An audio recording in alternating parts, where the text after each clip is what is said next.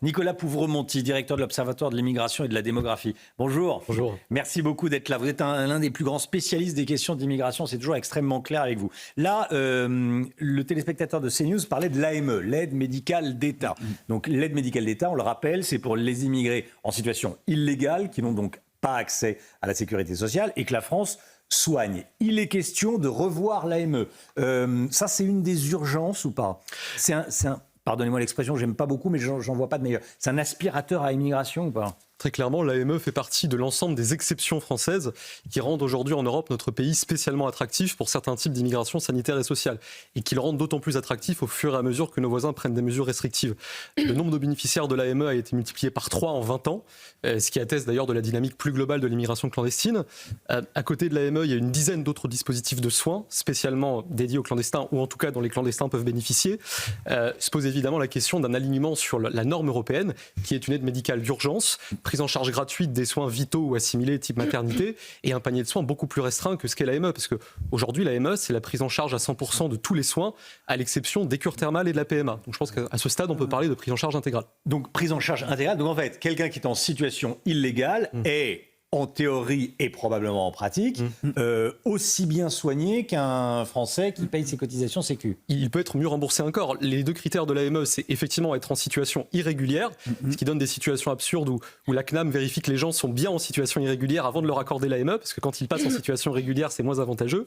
Et le deuxième critère, c'est un critère de ressources, mais que remplissent énormément de clandestins. Du coup, on comprend que ce soit un irritant, ça, ce que vous êtes en train de dire, que on est presque mieux soigné quand on est en situation illégale que quand on est en situation légale. Dans bien des cas, on est mieux pris en charge financièrement. Bon. Et en fait, l'AME, c'est la pointe émergée de l'immigration pour soins qui est bien plus large que ça.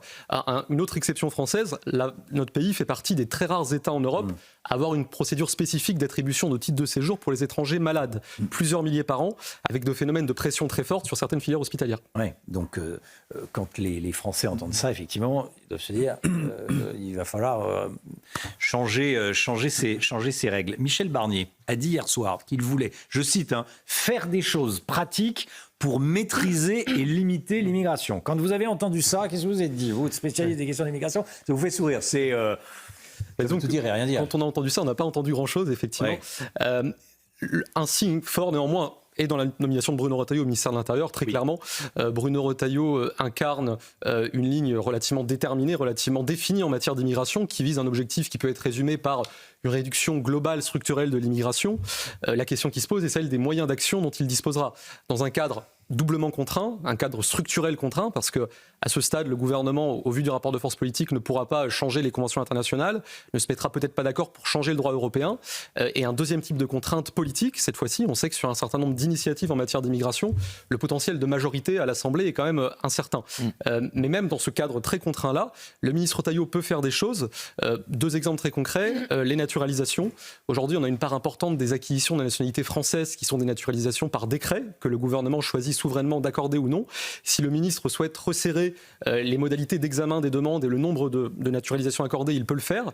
Et un deuxième exemple, les régularisations. Aujourd'hui, les préfets ont une marge d'appréciation assez large pour ce qui est de régulariser ou non un clandestin. Les préfets sont sous l'autorité du ministre de l'Intérieur, donc là aussi, des consignes peuvent être passées, y compris sans accord de l'Assemblée nationale. Combien de personnes s'installent en France chaque année? Quand on parle d'immigration, on parle de combien de personnes légales et illégales? Combien de personnes arrivent en France? Alors, les estimations en la matière sont très difficiles parce qu'on a un système d'enregistrement de l'entrée et du départ des personnes qui est moins perfectionné ailleurs qu'en Europe. Ce qu'on sait par exemple pour l'an dernier, c'est qu'on a accordé 320 000 premiers titres de séjour, ce qui est un record historique, ce qui est 3 fois plus que ce qu'on accordait dans les années 90. On a reçu 145 000 premières demandes d'asile, donc ça c'est plus que 3 fois plus que ce qu'on recevait dans les années 2000. Et pour ce qui est de l'immigration clandestine, par nature, elle est difficile à approcher, mais ce que je vous disais du nombre de bénéficiaires de l'AME qui a triplé depuis 20 ans dénote une trajectoire plus globale. L'un dans l'autre, on est peut-être autour de 400 000 personnes par an, sachant qu'il y a aussi des immigrés qui repartent. Oui, mais il y en a combien qui repartent? Alors, ce que nous dit l'INSEE, c'est que pour un immigré qui quitte le territoire national, en moyenne sur 15 ans, il y a 4 immigrés qui arrivent. Donc un immigré qui part, 4 immigrés qui arrivent. Donc 400 000 qui arrivent et 100 000 qui repartent. C'est ça. Alors, ça fait 300 000. L'estimation des départs est très difficile en la matière. L'INSEE elle-même se si je puis dire, s'avoue incertaine sur l'estimation des départs des immigrés, mais la moyenne est celle-ci. Un immigré qui part, 4 immigrés qui entrent. Donc ça veut dire des personnes, et c'est bien normal, qu'il faut loger, qui ont besoin de se soigner, donc qui vont dans les hôpitaux, dans les services d'urgence, qui ont des enfants qui vont à l'école ou qui vont avoir des enfants à l'école. C'est-à-dire que c'est quand même un pays qui se transforme, il faut s'adapter. J'ai une dernière question à vous poser, Nicolas Prouvron-Monti. Boualem Sansal, dans le Figaro Magazine, dit que l'un des problèmes majeurs de la France, c'est que les immigrés qui arrivent sont faiblement, voire pas qualifiés, et que c'est un poids pour les Français. Qu'est-ce que vous constatez ? Ce qui est certain, c'est que la France a une part d'immigrés peu ou pas qualifiés qui est parmi les plus élevées d'Europe. L'OCDE nous dit qu'en 2020, il y avait 42% des étrangers extra-européens vivant en France qui n'avaient aucun diplôme ou seulement un niveau brevet CEP. La part des immigrés, des personnes à l'étranger qui n'ont aucun diplôme, toutes origines confondues, elle est de 35%. Donc ça pose une question particulière et on retrouve cette question-là en aval, si je puis dire, dans la faible intégration de l'immigration sur le marché du travail aujourd'hui en France. C'est-à-dire que, toujours selon les données de l'OCDE, en 2020, on avait à peine la moitié des étrangers extra-européens vivant en France qui occupaient un emploi. Sur les étrangers en âge de travailler, bien sûr. C'était 14 points de moins que les citoyens français, et c'était un des taux les plus faibles, y compris parmi les étrangers extra-européens de tous les pays de l'Union européenne. Nicolas Prouvron-Monti avec nous pour décrypter ces informations concernant l'immigration. Merci beaucoup. Merci à vous. À bientôt. Bonne journée.